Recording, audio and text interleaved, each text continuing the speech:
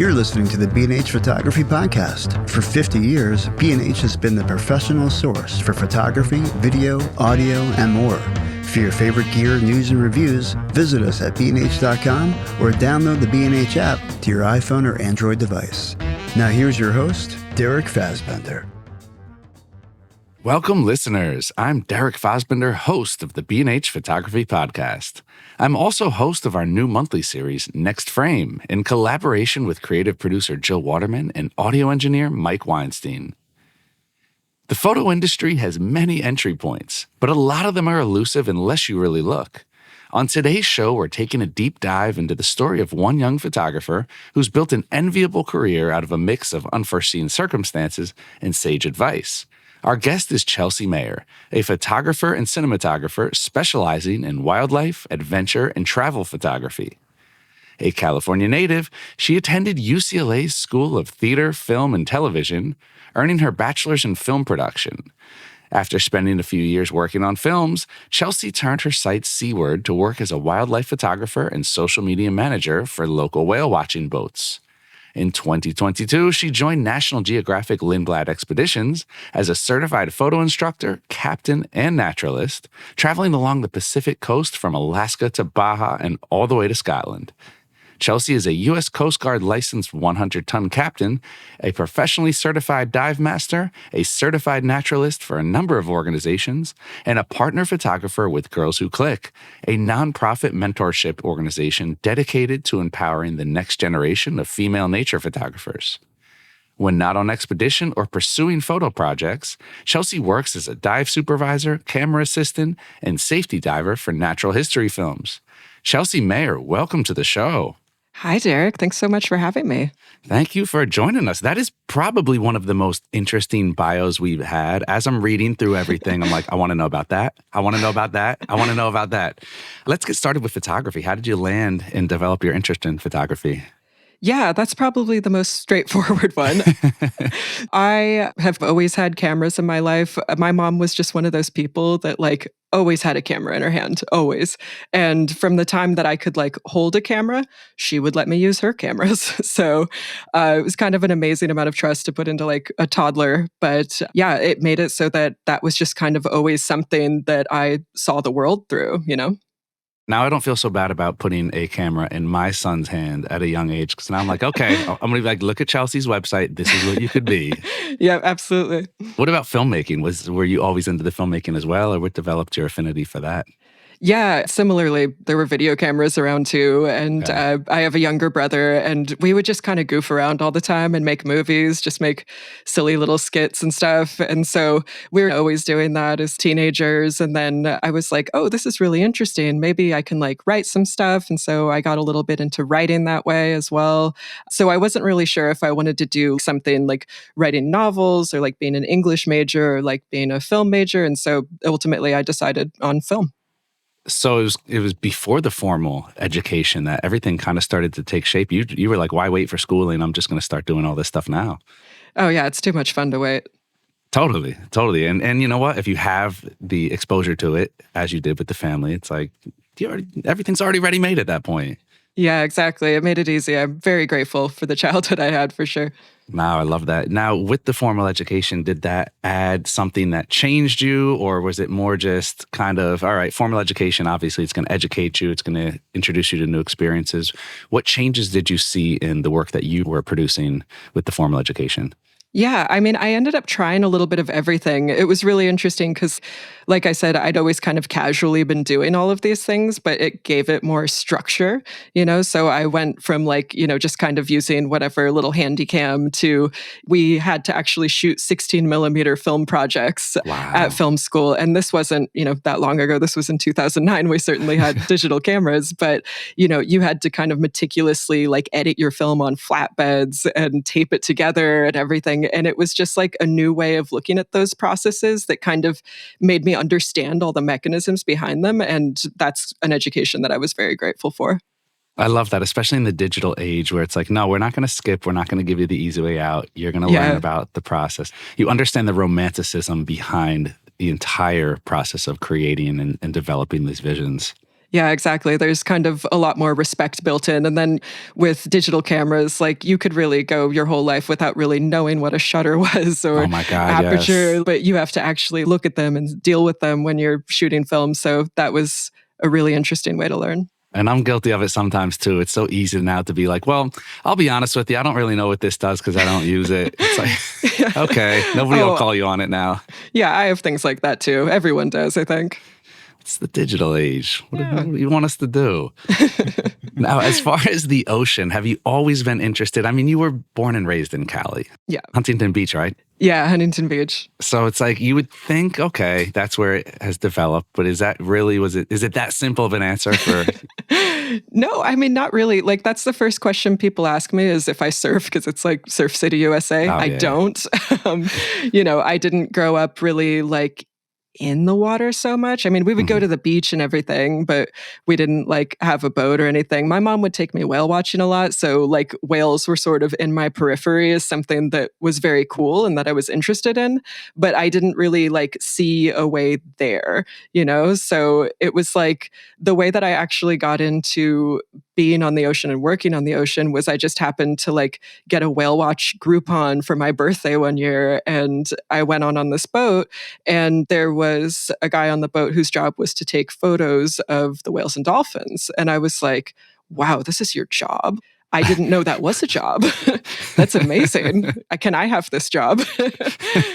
And eventually I did get a job doing that. That's awesome. So, yeah. It's like new career aspiration unlocked. Yeah, exactly. How do you know that you want to do it if you didn't know it exists? So, yeah, I mean, there's so many jobs like that. I think everybody, when you grow up and you're interested in photography per se, you're like, okay, I have to be a freelance photographer or I have to do this. And it's like, there's so many jobs in the industry. I mean, hello, I'm doing one of them. It's photo adjacent. I still get my fill of photography in that, but I don't have to press the shutter for a living.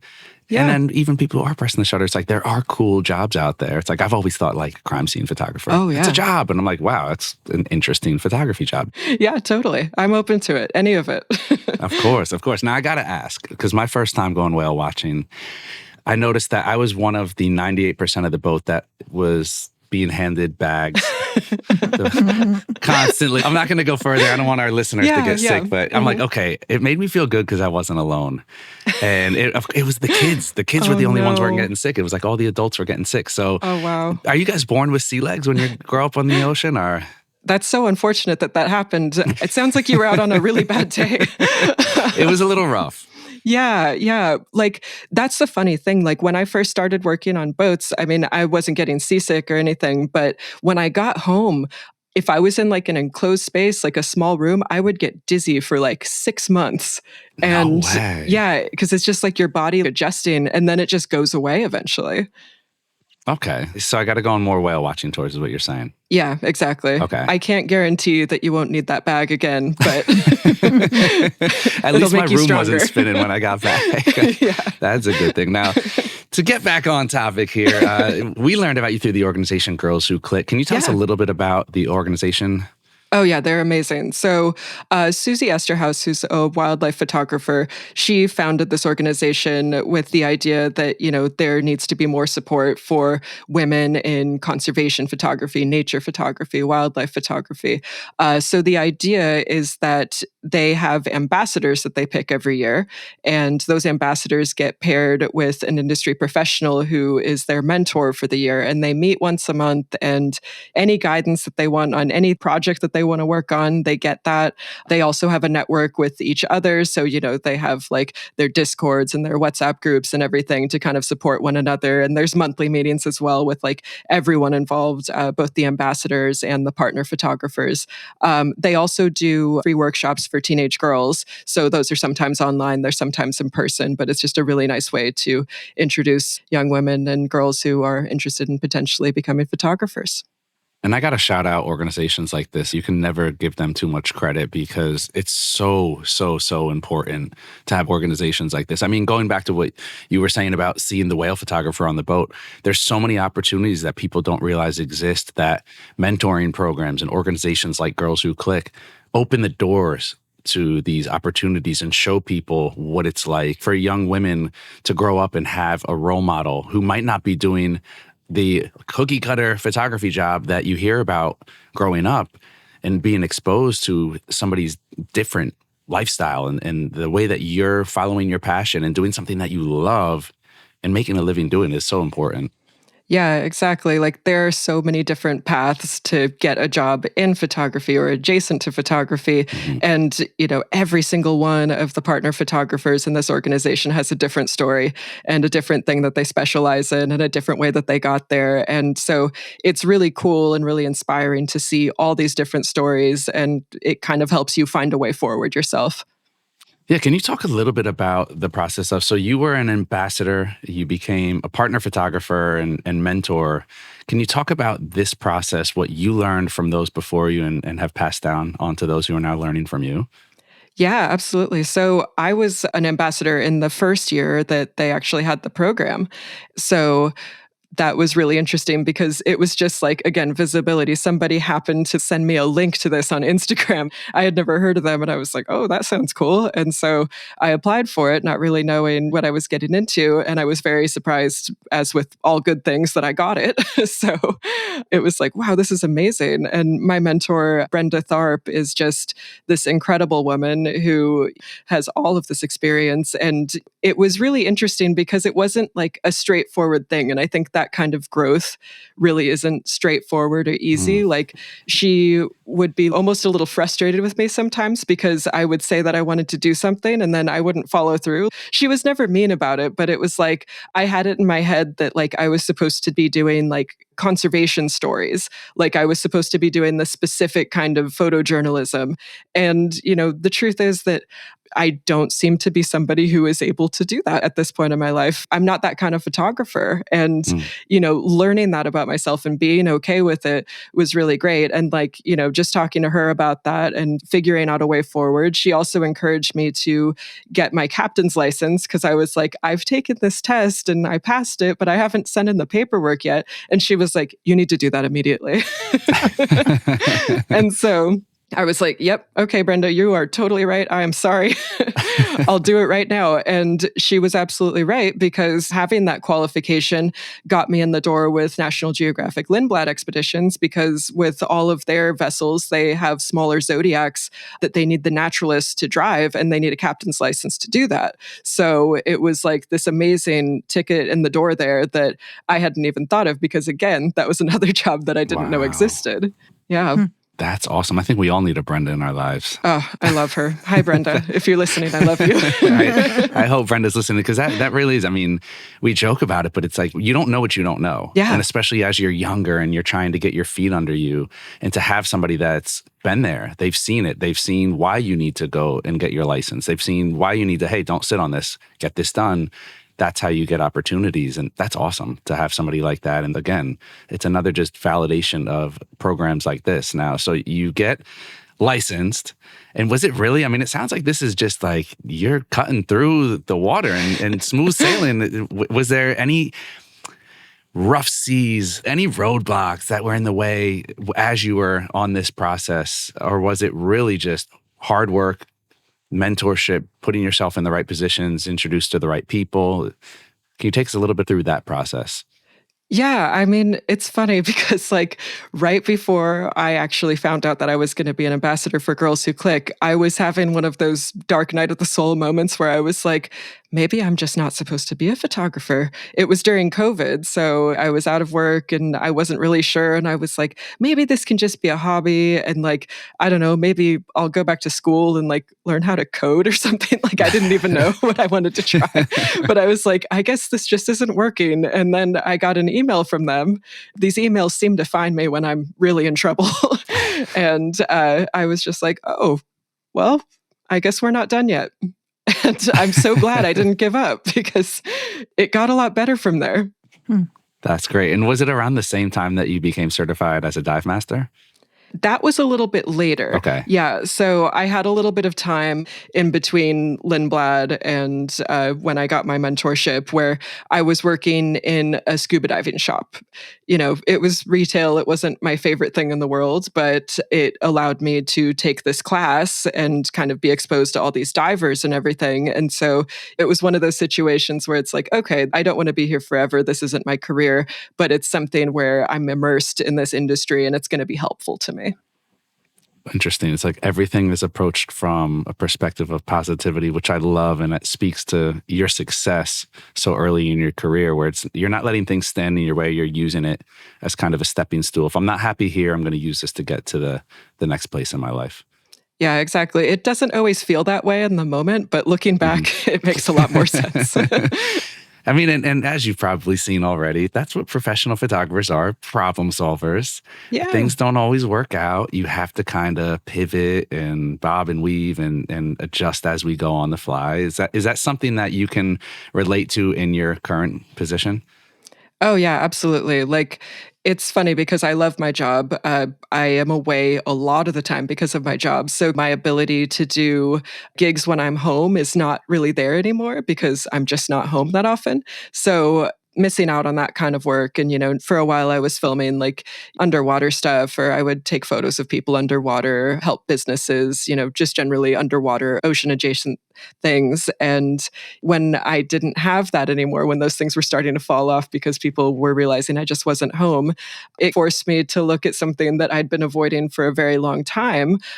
This is something that another mentor in Girls Who Click told me about. Jennifer Warner, she has a lot of success with selling wildlife prints and limited edition fine art prints. And she met up with me and told me exactly how she does this like 5 years ago.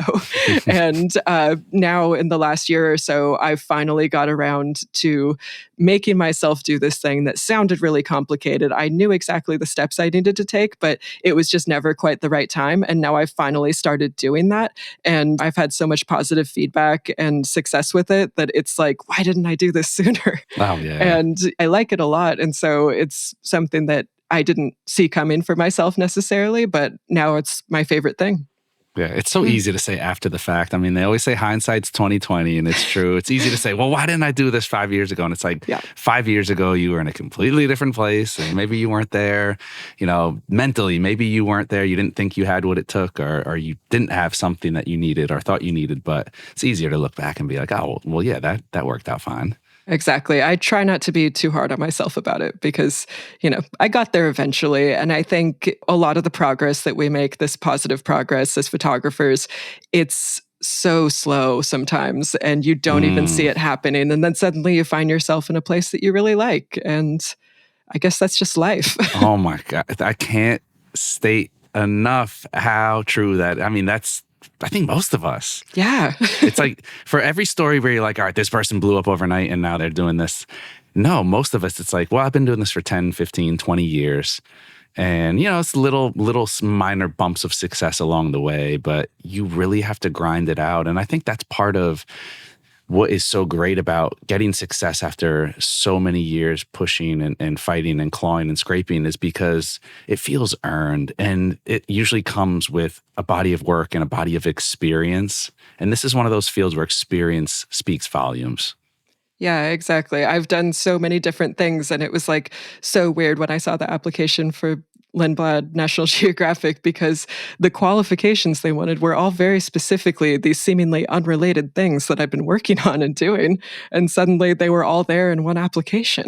I couldn't believe it. That's amazing. You're like, wow, this was made for me. Yeah. I didn't even know it was a job. This is another job that I didn't know was a job that I happened upon. And here we are. Was there anything on there that you were like, this doesn't really sound like me, even though a lot of stuff was in line with you? Was there anything that you're like, oh, I have second thoughts. I don't really sound qualified, or why would they pick me? No, totally. It was the public speaking part. I was like, I don't know how I'm going to do this. No, wait, you? Yeah. No, for everyone listening, I logged on today and I hear a voice and I'm like, wait, that's got to be Chelsea. And usually you're used to like, you get on and it's like, I got Mike and I got Jill and they're already on and the speaker's still figuring out mic issues or something. And I'm like, no, what? Chelsea was so ready to go. the voice sounded great. The mic is on. Look, everything's perfect. And then I find out that she just got back from Antarctica 3 days ago. I'm like, your thoughts are clear. You're lucid. Everything's like, your thoughts are so organized. So public speaking was never a thing for you? Oh, that was like a nightmare. Like I was one of those kids in high school where if I did it, my voice would shake the whole time. Those presentations that you had to give, like it was a nightmare. It was my worst fear. And so I was like, well, this job sounds pretty cool otherwise. So I guess we'll just see. And like, I just kind of stumbled through it the first couple times. It wasn't super great, but apparently I've improved. I mean, yeah. Was this Brenda too? Is this Brenda's doing? It's all Brenda. No, it was one of those things where you just have to do it out of necessity, right? It's like, okay, I like the other parts of this job, so I'm just going to get through it. I'm going to struggle. It's going to be ugly for a while, but we're just going to go. Was there anything that you can call out to that was like were you practicing, or was it kind of just as you got more comfortable with the job and the surroundings, it kind of just allowed you to open up? Yeah, definitely I was practicing. Even when I applied, they had me do like a 3-minute recap kind of thing where I talked about gray whales. And I was like, I don't know if I can talk about gray whales for 3 minutes. So I practiced it, just walking around like over and over and over again. And it was like, okay, I can speak. I do have a human voice. I can do that. But then, being on the ship, like my first like full length presentation, I was so nervous. And then it went totally fine. Like, God bless them. I had a few of those people with very good listening faces in the front where they smile and they nod. And it was just so encouraging that it kind of made me feel like, okay, I'm going to be okay. And that feeling comes and goes. Like, I'll still get nervous for things sometimes. I think most people do. But yeah, for the most part, that's something that I've gotten past, but I was petrified. How long are the presentations that you give? So the longest presentation I give is probably the smartphone photography presentation. This is probably our most popular thing that we do because it's kind of this great equalizer, right? It's something that everybody has. So usually there's a lot of questions, a lot of things to cover. So they can get quite long. Sometimes, if I'm given a window and people have questions and I'm not told that I need to be done by a specific time, it can be over an hour if people are game for it. Yeah. Interesting. Now, I want to transition to gear because, again, this is a unique photo job. I can just imagine gear getting absolutely destroyed where you're going. So I want to know what gear you're using. If it's good enough for you, it's good enough for anybody. Yeah, that's a funny thing that you say because actually when I was working on whale watching boats, I had a Canon 5D Mark IV and I took it in to get repaired. And when they gave it back to me, they said, this is the longest list of parts we've had to replace ever. It went onto a second page. So yeah, saltwater and cameras are not friends, but I have found Canon to be pretty hardy about it. My primary topside camera now that I use is a Canon R5C. And then for underwater, because I have an Autocam housing for it, and the housings are very specific to each camera, I use my less recent camera that I have, and that's a Sony A7R3. Okay. So you got to spread the wealth across the brands there a little bit. Yeah. Is there a reason for one or the other? Do the systems play well together? Well, with Canon, I had always kind of liked the interface. I like the menus. It just speaks to me. I mean, I know that there's like a great rivalry between different camera brands, especially like Canon and Nikon. But I don't know. That's just what I happen to start with. And I've stuck with it because I enjoy it. It makes sense to me. It's just kind of the language that I speak. My mom was always like a great fan of Sony's. And so the A7R3 is actually a hand-me-down from her. And I was like, this is great. It does really well in low light and everything. And I find it to be very detailed for underwater stuff. I don't really use strobes. So it's kind of having to do a lot of work. And I find that it does it really well. I miss the old Canon Nikon wars. The photography online was so simple back then. We argued over Canon or Nikon and nothing else. Now we don't argue over brands, but we argue about everything else. I still meet people who think there's a rivalry now and then. And that's fine. Oh my God. That's fine. I think most cameras these days are going to be pretty evenly matched. It's just kind of what you prefer. Totally. It's like, who's making a bad camera now? No, Nobody. Nobody's doing that. No, it's a lot of bad artists out there. A lot of bad. We all got to get better, right? We got to constantly learn. But no, the camera companies are holding up their end of the bargain. Yeah, exactly. Like, I just think that people get so kind of gatekeepy about it. And so I tend not to use that kind of language anymore, especially when I'm Mhm. teaching, because it is kind of historically something that's intimidating for people, right? And so just kind of removing that barrier, like, I'm not going to disparage your camera is a nice thing, I think. I'm glad you brought it there because you have such a nice approach to teaching. And I say nice, I'm like, man, that's such a bad word. I couldn't come up with a better word. But it's so like disarming and it's so like not pretentious when you're teaching. It's like I've seen reels and it's like you break technical stuff down where I'm like, you know what? If I didn't know anything about photography and I were trying to learn, I would be totally comfortable learning from you. Like it doesn't come off techie. It doesn't come off as I know more than you. It's kind of just like, hey, we're all out here. We just want to take better pictures and get better. And I'm just trying to help you in the way that I know how. It's that approach where it's not preachy, I guess is what I'm trying to say. Can you talk a little bit about outside of your marine certifications, outside of your filmmaking and your formal schooling, what's helped you be a successful creator? Ooh, that's a great question. I mean, you know, just having inspiration, I think that's a huge thing. Like, I really, really think it's important for me personally to be outside every day and to be seeing amazing things every day. Like, I love watching animals. It doesn't really matter what kind they are. I love paying attention to the weather and the light and just kind of seeing how the outdoors change from place to place, from season to season. I get so much peace and so much clarity from just being out in nature. I just go hiking, I don't always do anything with the photos I take, but I'm always thinking about taking them or actually taking them. Yeah. So as long as you're doing it, right? I think social media kind of forces us sometimes into this box of you have to post it. We need to see everything. Exactly. But it's like, no, you can still take photos and video and work on projects and not show it, keep it for you. Yeah, exactly. It doesn't always have to be for the grid. Yeah, definitely. Do you do a lot of personal projects or are you so busy with what you're doing professionally? Oh man, like I've kind of gotten more focused in recent months, years, where I am trying to think about more like, why am I taking this photo? Because you can end up just being all over the place, just spinning in circles if you don't have any sort of clarity on that. And when I finally focused on like, I want to take photos that would look good on someone's wall. And it's this very simple thing.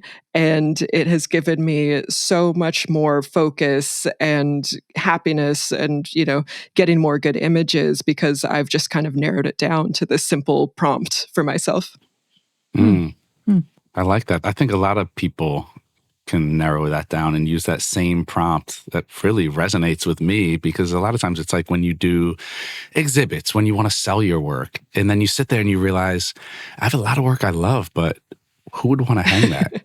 Yeah. It's a great question, like to really just boil it down to that. I never thought about it that way. Yeah. And, I can be so wrong about the answer to that too, I've found. And, in the last year, I've started to sell some of my stuff in person. And just listening to the way that people react and what resonates with them, it makes it easier for me to even describe what I'm doing and describe myself. Like, I didn't know that I was this kind of photographer, but I just had 50 people in a row tell me. So, it's very, very enlightening.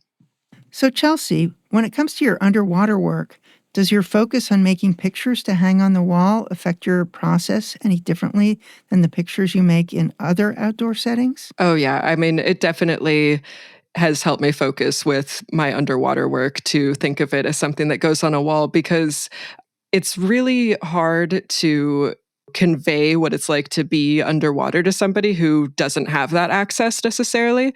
And just kind of showing people the landscapes and the animals. I work a lot in kelp forests specifically. And, it's really nice because I had a showing at Catalina a little bit ago, and I had this photo of a Garibaldi in kelp. And there were a lot of people who hadn't even been in the water yet that day. And they're like, is that the fish we're seeing? Because they're like bright orange and you can kind of see them under the water just as you're you're walking around from topside. But it was really nice to be like, oh, I'm giving people a window into this because Mm. it's not necessarily something that everyone will get to see. And it's kind of interesting too for people who are divers. Like they're always thinking about being underwater. I'm certainly always thinking about being underwater. So you just get this kind of nostalgia fix, I guess, where it's like, oh yeah, that's what I miss.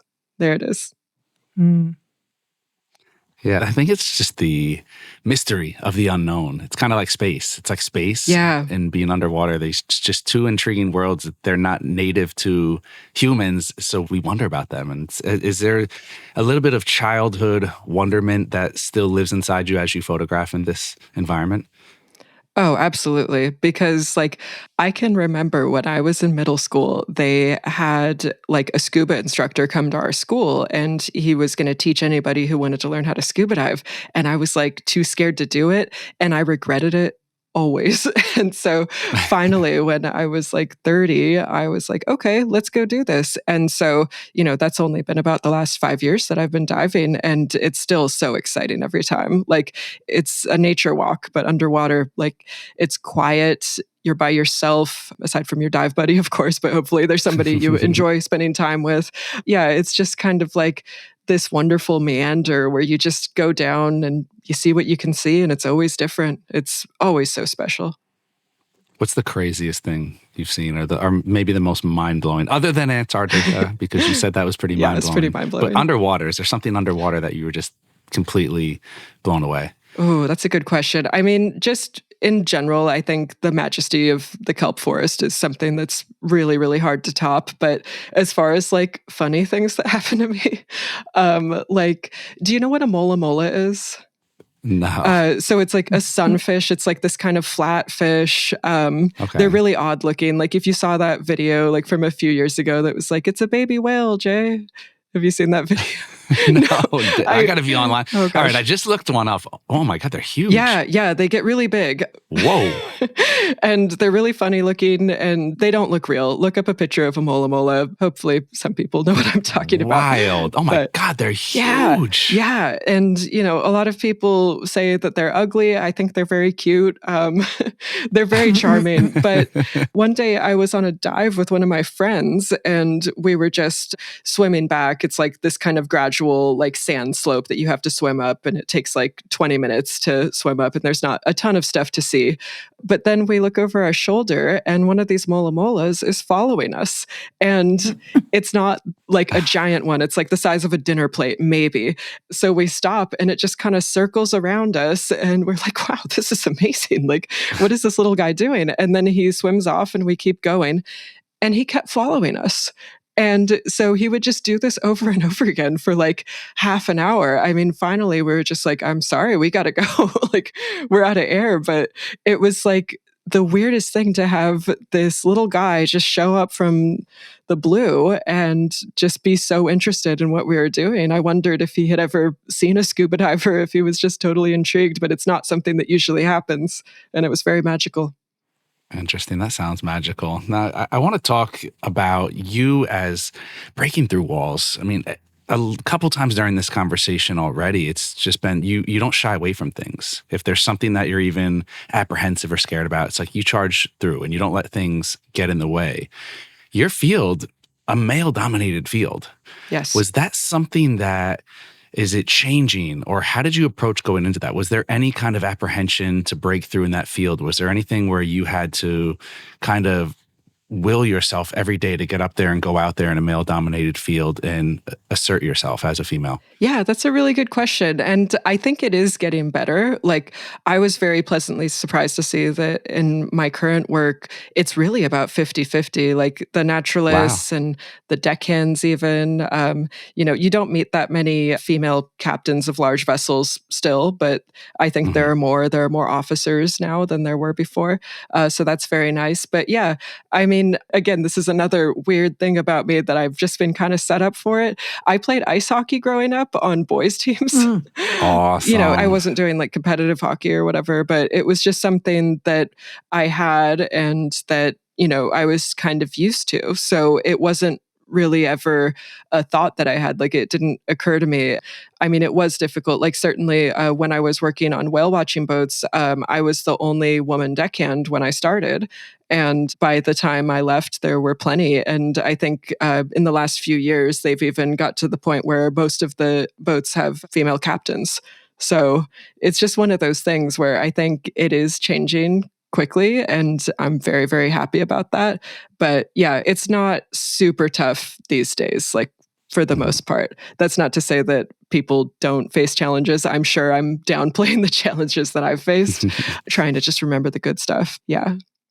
Totally. And I think it's people like you and people who have been in your orbit and in your path that you've gone along already in your career that are helping lay the groundwork. And with every Chelsea that comes along, with every Brenda that comes along, you're laying the groundwork for another Chelsea, another Brenda. And as we go along with time, it gets easier and easier, and it becomes less of a conversation and more just the norm. Yeah, exactly. Like every now and then somebody will say something to me, just if I happen to be out with my camera, that's like, oh, I don't feel like you would have said that to a man. And it does happen now and then, but I think I've found myself in a very healthy environment with people who are very progressive, and that helps. That's everything. That's awesome. It's awesome. It's awesome to see it as an industry too, that it's not just, oh, hey, I just happen to be working in a good place, but to see it start to spread out industry wide, and albeit slowly. Of course, yes, we still do have not just isolated circumstances, but it still exists out there, but to see it with every day going forward, getting better. And it's people like you, programs like Girls Who Click, that help make this better, one creative and one day at a time. Oh yeah, absolutely. Now, where do you see yourself going from here? 5 years down the line, I mean, you've had quite a career already. Do you have any aspirations or anything that specifically you want to do? Yeah. Oh, I have too many things I want to do. I love it. I love it. A loaded answer. Yeah. I mean, like, I would love to start pursuing more seriously, like doing the fine art thing, having my stuff in more galleries, things like that. I also want my own boat at some point. I think that would be really great, just to be able to go out and do my thing whenever I want. Everyone warns me that it's a bad idea and they're very expensive. So,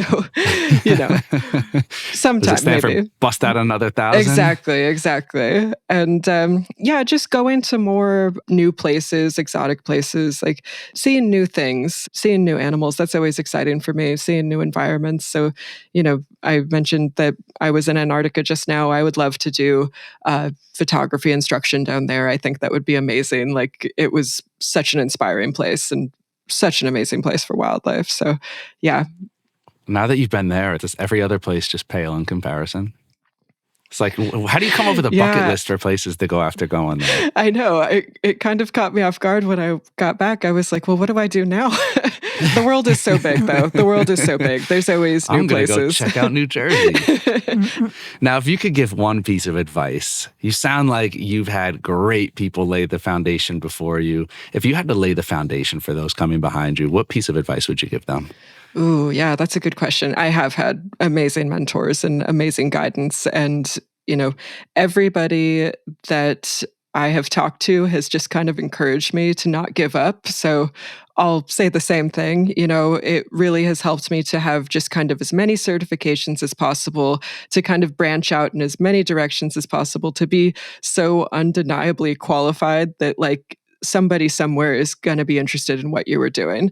And then just in terms of like my specific field of, wanting to do wildlife photography, nature photography, like getting a job where it's not even necessarily that your job is to take photos, but just a job that has you outdoors and gives you that access.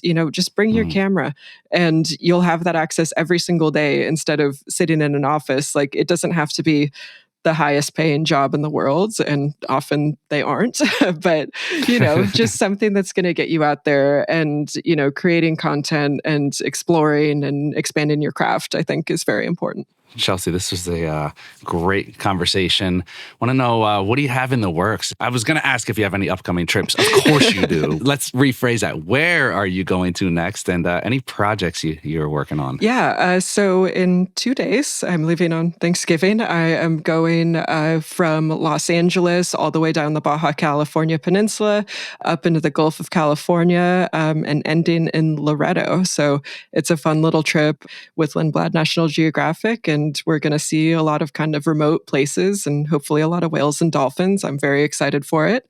And then as far as my projects go, I am about to undertake going through the 17,000 photos that I took in Antarctica and hopefully come up with some kind of print collection from that. And where can we keep up with your daily travels and all your photography happenings? The most that I update is on Instagram. My Instagram is Chelsea Mayer Photography, and my website is chelseamayerphotography.com. I love it. Easy. Well, I can't wait for you to get through the 17,000 images so we can see some of those pop up on the gram and online. But Chelsea, this is such a great conversation. You are super inspiring, and I really do look forward to see what you're doing in the future. Awesome. Thank you so much, Derek. Thanks for having me. This has been a blast. Awesome. Thank you. And thank you to all of our fans out there listening. If you are a fan of the show, but you're not yet a subscriber, head on over to Apple Podcasts, Spotify, B&H's YouTube channel, or wherever you get your podcasts and click subscribe. You can also find us on the Explorer blog where we post photos from our guests along with our show notes. And please join us on Facebook at the B&H Photography Podcast Group, where you can share your favorite photos and comment about the show. I'm your host, Derek Fassbender. Jill Waterman is our creative producer. Episodes are recorded, mixed, and edited by technical producer Mike Weinstein. And our executive producer is Richard Stevens. On behalf of us all, thank you so much for tuning in today.